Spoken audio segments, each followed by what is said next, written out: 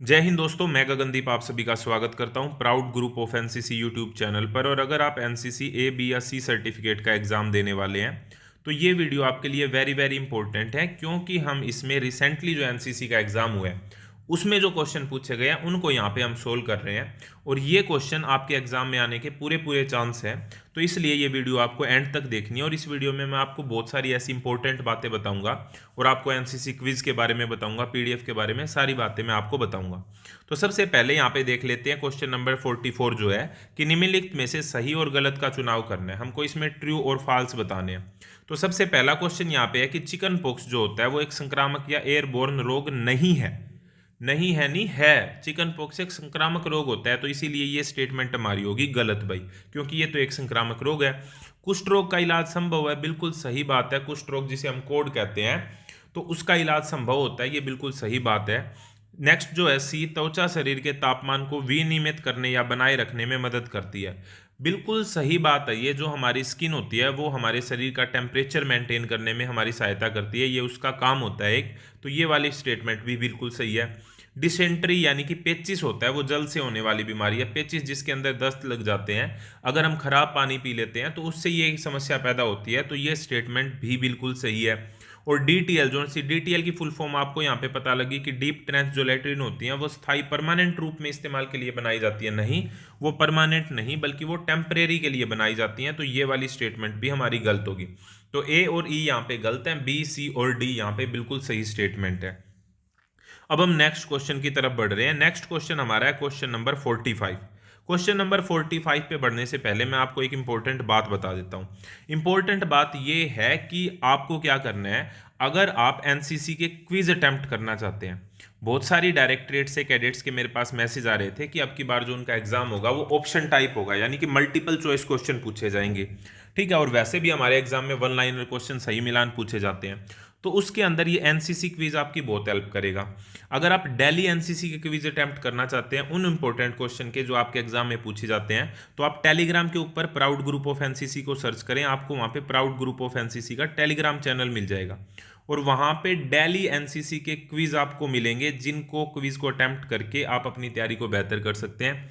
उसके साथ में आपको important study material, important video के लिंक, ये सारी की सारी चीजें वहां पे मिलती रहेंगी, तो आप टेलीग्राम जरूर ज्वाइन करें।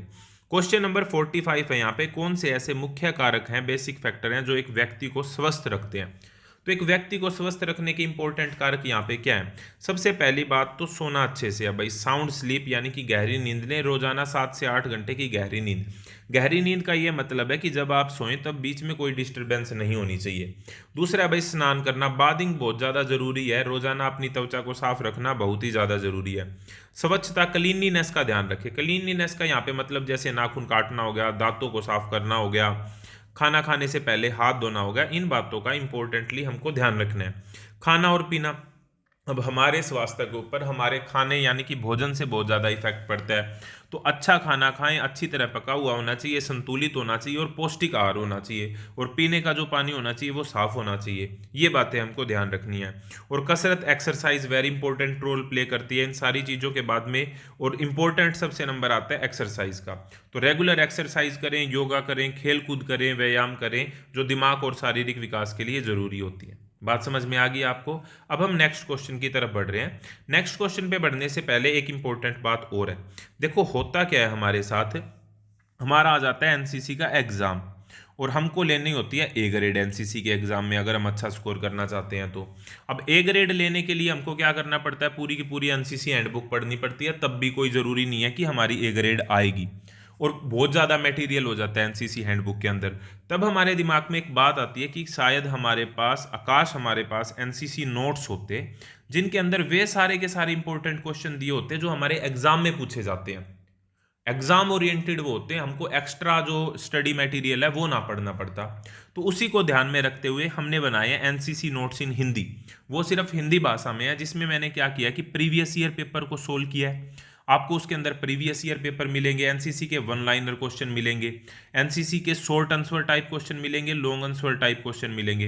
एग्जाम के अंदर जो इंपॉर्टेंट फुल फॉर्म पूछी जाती हैं, आपको पता होगा एनसीसी के इंपॉर्टेंट फुल फॉर्म पूछी जाती हैं, वो आपको वहाँ पे मिलेंगी। उसके अलावा जो इंपॉर्टेंट डेज पूछे जाते हैं, जैसे पूछ लेते हैं, आपने प्रीवियस वीडियो में देखा होगा विश्व पर्यावरण दिवस कब मनाया जाता है, आर्मी दिवस कब मनाया जाता है, तो ये सारे के सारे क्वेश्चंस को इंक्लूड करके एक एनसीसी नोट्स इन हिंदी के नाम से पीडीएफ बनाई गई है, जिसके अंदर आपको वे सारे के सारे क्वेश्चन मिलेंगे जो आपके एग्जाम के लिए इंपॉर्टेंट है। एक्स्ट्रा कोई भी नॉलेज नहीं है उसके अंदर। तो अगर आप उस पीडीएफ को खरीदना चाहते हैं तो व्हाट्सएप नंबर मैंने डिस्क्रिप्शन में दिया है, आप वहां से जाके उस पर व्हाट्सएप कर सकते हैं और उस पीडीएफ को खरीद सकते हैं। अब यहाँ पे क्वेश्चन क्या है कि साहसिक प्रशिक्षण के क्या लाभ हैं और सही उत्तर का चयन करें। सही उत्तर का चयन करें मतलब ये ऑप्शन टाइप क्वेश्चन है। ऑप्शन टाइप क्वेश्चन है तो इसके अंदर देखो, वैसे तो साहसिक प्रशिक्षण से नेतृत्व के गुणों का विकास भी हो जाता है, लेकिन यहाँ पे हमको एक ही आंसर चूज करना है, और एक आंसर चूज करना है तो सबसे जो परफेक्ट एग्जांपल है वो है ऑप्शन नंबर बी, यानी कि एनसीसी कैडेट्स साहस पैदा करने के लिए। साहसिक प्रशिक्षण से क्या पैदा होता है भाई? साहस पैदा होता है। तो option B is the correct answer. अगर हमसे पूछा जाता है कि साहसिक प्रशिक्षण के क्या लाभ हैं और ये ऑप्शन टाइप ना होता तो ये वाला भी ऑप्शन ठीक था, ये भी ठीक था, यानी कि ये 3-4 लाइनें हम ये लिख सकते थे उसके अंदर, अगर ये लॉन्ग आंसर टाइप में होता या शॉर्ट आंसर टाइप में होता तो। लेकिन यहाँ पे ऑप्शन टाइप है, हमको सिर्फ एक ऑप्शन चूज करना है, तो सबसे परफेक्ट जो है यहाँ पे भी साहसिक हो गया और यहाँ पे भी साहस हो गया। तो B option is the correct answer. इस बात का आपको ध्यान रखना है भाई। नेक्स्ट क्वेश्चन देखो, ये भी हमारा एडवेंचर ट्रेनिंग से ही रिलेटेड है कि एक साहसिक गतिविधि जिसमें हेलीकॉप्टर द्वारा ऊपर से नीचे जाने की और रस्सी पकड़कर उतरने की कार्रवाई को क्या कहते हैं?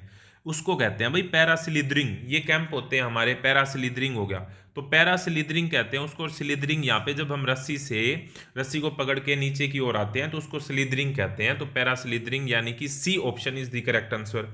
अब कह रहे हैं कि पैरा जंपिंग किस शहर में होती है, तो आपको पता होना चाहिए हमारी जो पैरा जंपिंग की ट्रेनिंग होती है वो हमारी किस शहर के अंदर होती है? आगरा के अंदर होती है। तो Agra option C is the correct answer. आपको एग्जाम में बताना है कि आगरा कौन सी स्टेट में पड़ता है, ठीक है, कौन से राज्य में है आगरा। आपको ये वीडियो कैसी लगी आपको कमेंट बॉक्स में बताना है। इस तरह की और वीडियो के लिए आप proud group of NCC YouTube channel को सब्सक्राइब कर सकते हैं। एक इंपॉर्टेंट बात जो मैं आपको बतानी भूल गया कि इससे पहले इसी पेपर की 2 वीडियो ऑलरेडी बनाई जा चुकी हैं। तो अगर उन 2 वीडियो को भी आप देखना चाहते हैं तो उनका लिंक भी जो मैं आपको डिस्क्रिप्शन में दे दूंगा, ताकि आप पूरे का पूरा पेपर देख पाएं। और जुड़े रहिए proud group of NCC YouTube channel के साथ। नेक्स्ट वीडियो तक जय हिंद, जय Bharat, thank you very much.